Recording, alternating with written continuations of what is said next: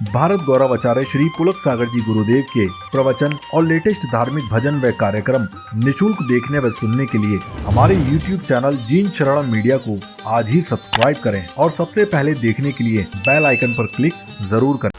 प्यारी प्यारी भव्यात्माओं,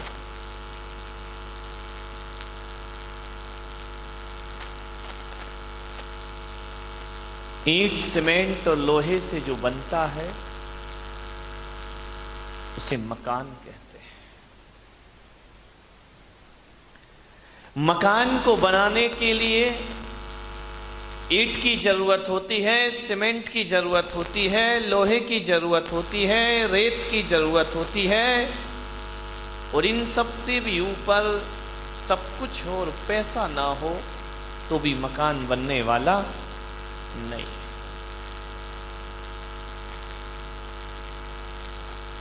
एक होता है मकान और एक होता है घर।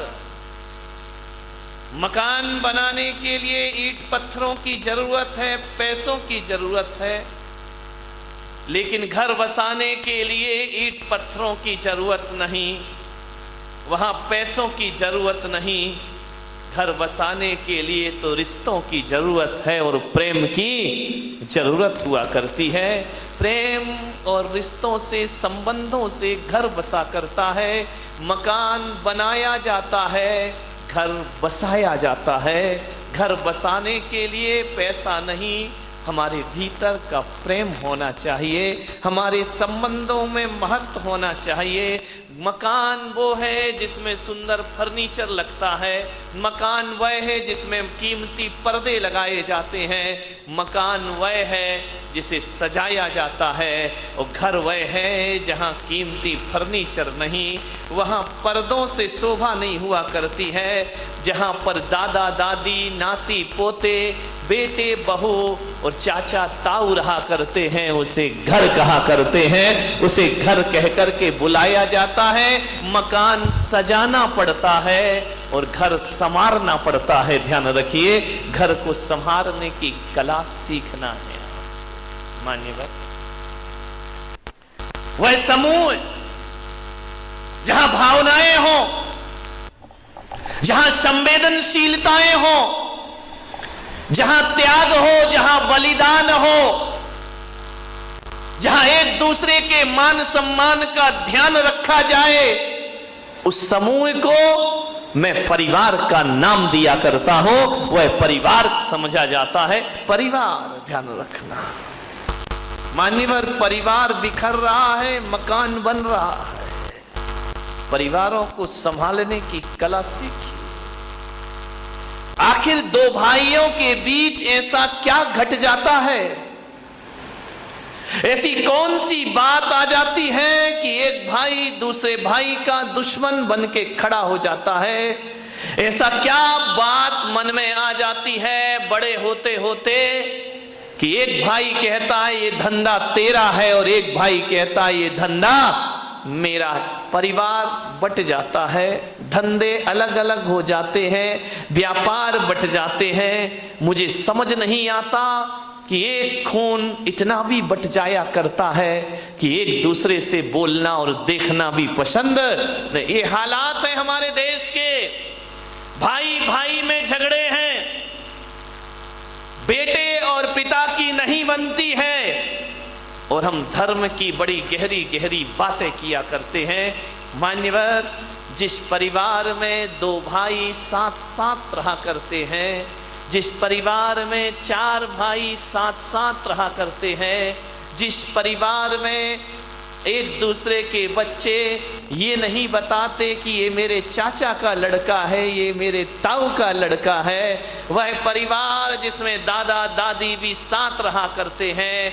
एक बात ध्यान रखना, धरती का इससे बड़ा स्वर्ग दुनिया में कोई दूसरा नहीं हुआ करता है। और जहां भाई भाई से बोलचाल ना हो, जहां देवरानी जिठानी एक दूसरे से देखना पसंद ना करें, माँ बाप के रहते रहते दो भाई अलग हो जाएं, तो इससे बड़ा नरक दुनिया में कोई दूसरा नहीं हुआ करता। नरक है वो परिवार जहां रिश्ते आपस में बात नहीं किया करते हैं। कभी कब्रिस्तान को देखा है? देखना किसी शमशान को, कब्रिस्तान को, वहां एक कब्र दूसरी कब्र से ज्यादा दूर नहीं होती है। कितनी 1 फीट 2 फीट दूर होगी। एक मुर्दा लेटा है, उसके बाजू में दूसरा मुर्दा लेटा है, फिर थोड़ा चलो तीसरा मुर्दा लेटा है। हजारों मुर्दे कब्रिस्तान में लेटे होते हैं, लेकिन कभी एक बात ध्यान रखना, ये कब्रिस्तान में लेटे हुए मुर्दे केवल लेटे रहते हैं, एक दूसरे से बात नहीं किया करते हैं, एक दूसरे से संवाद नहीं किया करते हैं, एक दूसरे की तरफ देखा नहीं करते हैं। तो जिस घर में 4 भाई एक दूसरे से बात करने को तैयार ना हो, तो वो घर नहीं, मेरी नजरों में कब्रिस्तान हुआ करता है। अरे कब्रिस्तान में तो फिर भी ध्यान रखना, मुर्दा लेटे होते हैं, लेकिन घरों में यदि बोलचाल नहीं है तो आदमी जीती जागती लाश सा जीवन जिया करता है। जिंदगी उसकी मुर्दों की तरह हुआ करती है, बोलचाल नहीं है, एक दूसरे से बात नहीं करते हैं।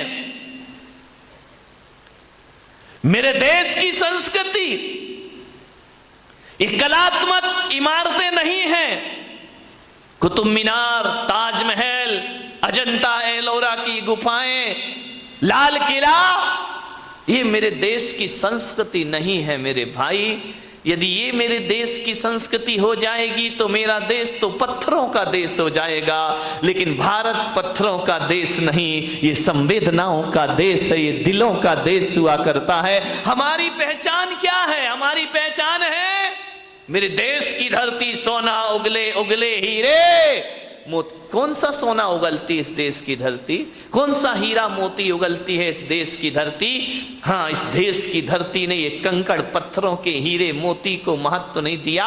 मेरे देश की धरती तो ऐसे हीरे उगला करती है, ऐसे मोती उगला करती है, ऐसे जवाहरात इस दुनिया को दिया करती है, जहां एक पिता यदि वचन दे देता है अपनी पत्नी को, तो मेरे देश का हीरा 14 वर्ष को वनवास स्वीकार कर लिया करता है। एक माँ पिता के वचनों को, ये हीरे हैं, ये कंकड़ पत्थर वाले हीरे मोती नहीं है। ध्यान रखना, असली हीरा वो जो पिता के वचनों की खातिर 14 वर्ष का वनवास स्वीकार कर लिया करता है। मान्यवर, दशरथ ने वचन दिए थे रानी कैकेयी को। विचार करिए आप, उसकी जगह आज का बेटा होता तो कहता कि आपने अपनी पत्नी को वचन दिया है, उसे मैं क्यों भोगूं, मैं क्यों वनवास जाऊं, मैं क्यों जंगल जाऊं। आप पत्नी के प्रेम में पत्नी को वचन दे गए और बेटा वनवास जाएगा। और वो भी ध्यान रखना, कितना महान हीरे मोती थे वो, जिन्होंने ये भी नहीं कहा कि कौन सा तुमने हमारी सगी मां को वचन दिया है, अरे सौतेली मां को वचन दिया है, उसे निभाने हम क्यों जाएंगे, हम क्यों तुम्हारे नहीं कहा। असली हीरे मोती ये हैं हमारे देश के, ध्यान रखिए। चल दिए राम लक्ष्मण वन की ओर बिना कोई प्रश्न किए। मान्यवर, धन दौलत से परिवार नहीं चलता, भाईचारे से परिवार चला करता है। ध्यान रखिए, भाईचारा होना चाहिए हमारे। देखो, ताली बजाना है तो ढंग से बजाए, नहीं बजाना तो मत बजाओ। अब बजा भी रहे हो, आलस भी आ रहा है, जरा अच्छी बात लगे, दिल को छुए तो बजाइए, नहीं तो कोई जरूरी नहीं है। ध्यान रखिए मान्यवर, विचार करना है कैसे कैसे भाई हमारे देश में हुए हैं। ये परिवार यदि चलेगा तो भाईचारे से चलेगा, अनुशासन से परिवार नहीं चलता है। प्रेम अनुशासन से परिवार चला करता है। अनुशासन में भी प्रेम होना चाहिए, डांट में भी प्रेम होना चाहिए। ध्यान रखिए, यदि प्रेम को खत्म कर दिया तो जिंदगी बड़ी बोझिल हो जाएगी। अनुशासन में भी प्रेम जोड़ दिया जाए तो अनुशासन अनुशासन नहीं बल्कि प्रेम अनुशासन बनकर के खड़ा हो जाया करता। मान्यवर, आपसे निवेदन है, यदि 2 भाई अलग अलग हो जाएंगे, माता पिता से अलग रहोगे, तो एक बात बताओ बारामती वालों, फिर तुम पर अंकुश कौन लगाएगा? तुम्हारी पत्नी पर अंकुश कौन लगाएगा? तुम्हारी जिंदगी को मर्यादित कौन करेगा? आज बुजुर्ग हैं, इसलिए हमारे घर में मान मर्यादाएं, संस्कार और इज्जत बरकरार हुआ करती है, वरना कब की अदब इस दुनिया से गायब हो गई। बड़े बुजुर्ग हमारे घरों में जरूर होना चाहिए, अलग होने का प्रयास मत करिए। पहले का वो जमाना था कि हर तरह से कोशिश होती थी कि परिवार टूटने ना पाए। आज का जमाना है कि हर तरह से कोशिश होती है कि हम भी अलग हो जाएं और तुम भी अलग हो जाओ। जानो, जोड़ो परिवारों को।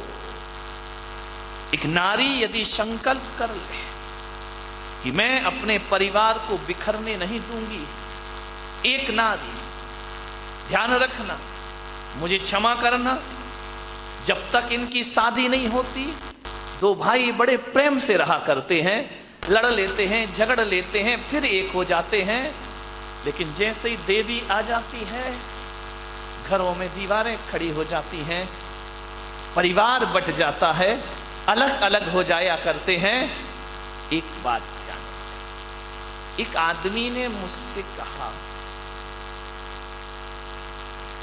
कि अगर मां बाप की जिम्मेदारी लड़कियों पर आ जाए, अगर मां बाप की जिम्मेदारी लड़कियों पर आ जाए, तो इस देश में एक भी वृद्धाश्रम दिखाई नहीं देगा। ध्यान रखिए,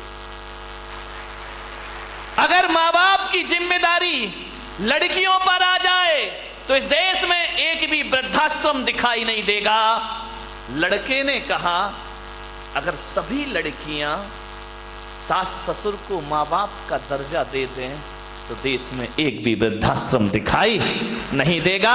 पूरी दुनिया में कहीं भी वृद्धाश्रम के दर्शन नहीं हो। ध्यान रखें, एक लड़की मां बाप की चिंता करती है, सास ससुर की नहीं करती। यदि हर बेटी सास ससुर को माता पिता समझने लगे तो हिंदुस्तान तो क्या, पूरी दुनिया में वृद्धाश्रम बंद हो जाएंगे, हर घर स्वर्ग में परिवर्तित। दोनों की जिम्मेदारी, लड़कों की भी जिम्मेदारी है और लड़कियों की भी घर को स्वर्ग बनाने। एक नारी संकल्प कर ले कि किसी भी परिस्थिति में मैं अपने परिवार को टूटने नहीं दूंगी। क्यों टूटता है परिवार? शादी करके आती हैं आप, बहू बनकर आती हैं, परिवार के टूटने का कारण क्या है? किसी ने कुछ कह दिया, आप इसे बाहर हो जाते हैं, सहन शक्ति नहीं है, धैर्य नहीं है। हमको उसने ऐसा क्यों बोल दिया? अरे बोल दिया तो बोल दिया। लखनऊ के नवाब के बेटे अभी जाके देखो, जो कभी नवाब बने घूमा करते थे, आज उनके बेटे रिक्शे चला रहे, टांगे चला रहे हैं। ध्यान रखना, आदमी की जिंदगी का कोई भरोसा नहीं है, कब राजा को रंक बना दे और कब रंक को राजा बना दे। बात, ये महिलाएं पर्युषण पर्व आ रहे हैं, 10-10 उपास करेंगी। कुछ महिलाएं 16 कारण के 30-30 उपास कर रही हैं, कुछ 28 के उपास किया करती हैं, 10-10 उपास कर लेती हो आप लोग। आपसे बड़ा निवेदन है मेरा, बड़ी विनम्रता के साथ, 10-10 उपास में आप भूख सहन कर लेती हो, प्यास सहन कर लेती हो कि नहीं? भूख प्यास सहन कर लिया तो आपका उपास हो गया।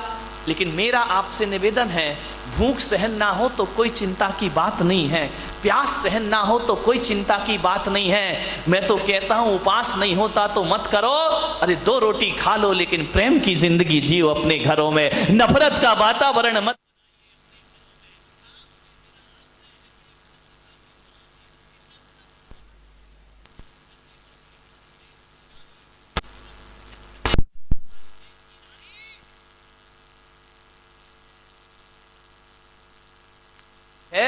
प्यास सहन हो जाती है, लेकिन घर में 2 बात किसी की सहन नहीं हुआ कर। मैं कहूंगा, भूख प्यास सहन करने वाला उपास हो या ना हो, परिवार में 2 बात सहन कर लो, इससे बड़ी तपस्या दुनिया में कोई दूसरी नहीं होती है। किसी 2 बात सहन कर लो, किसी ने 2 शब्द बोल दिए, सहन कर लो मेरे भाई। यदि सहन कर लिया, इससे बड़ा कोई तपस्या नहीं, इससे बड़ी कोई साधना नहीं है। सबसे बड़ी साधना यही है, सासू ने कुछ कह दिया सहन कर लीजिए, बहू ने कुछ कह दिया सासू सहन कर ले, देवरानी ने कह दिया जिठानी सहन कर ले। इससे बड़ी कोई साधना और इससे बड़ा कोई पर्युषण पर्व जीवन में दोबारा आने वाला